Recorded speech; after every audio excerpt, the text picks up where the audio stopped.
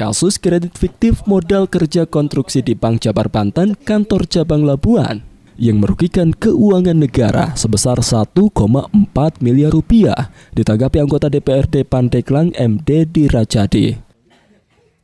Politisi Nasdem Pandeglang ini menduga ada kelalaian yang dilakukan pegawai BJB kantor cabang Labuan dalam memberikan kredit modal kerja atau konstruksi tanpa disertai dengan agunan, sehingga terjadi kasus kredit fiktif di bank tersebut.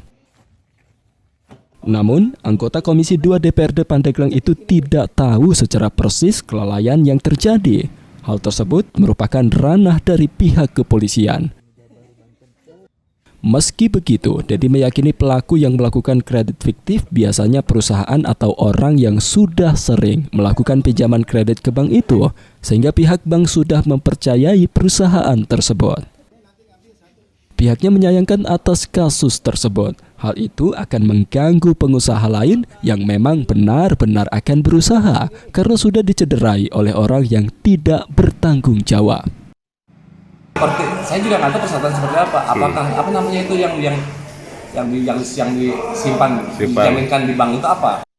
Sementara akademisi Universitas Bina Bangsa atau Uniba, Bambang Dwi Suseno menyoroti kasus kredit fiktif pada BJB cabang Labuan. Ia pun mempertanyakan SOP dan pengawasan internal BJB.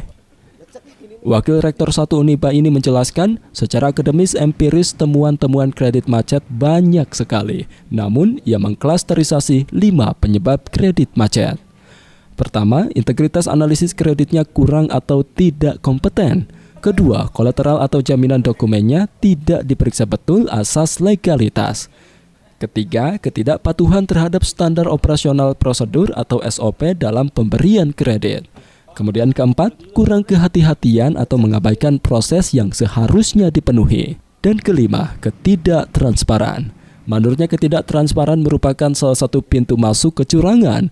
Oleh karena itu Bambang mempertanyakan survei and judgment untuk pegawai pada BJB karena seharusnya setiap tahun ada survei and judgment. Menurutnya, BJB yang berstatus TBK seharusnya ada kepatuhan SOP, jalannya pengawasan internal juga menjadi penting. Kalau itu berjalan, maka tidak terjadi kasus kredit fiktif seperti ini. Tiap tahun itu ada surveinya. Jadi kalau sudah komitmen sama organisasi rendah, ini pikiran akal dari oknum pegawai situ integritasnya akan rendah. Nah itu ada nggak pertanyaannya di bank juga? Diberitakan sebelumnya unit tindak pidana korupsi Polres Pandeglang telah memeriksa 20 orang saksi terkait kasus kredit fiktif di Bank BJB Labuan. Dan dalam waktu dekat, polisi akan menetapkan para tersangka dalam kasus tersebut.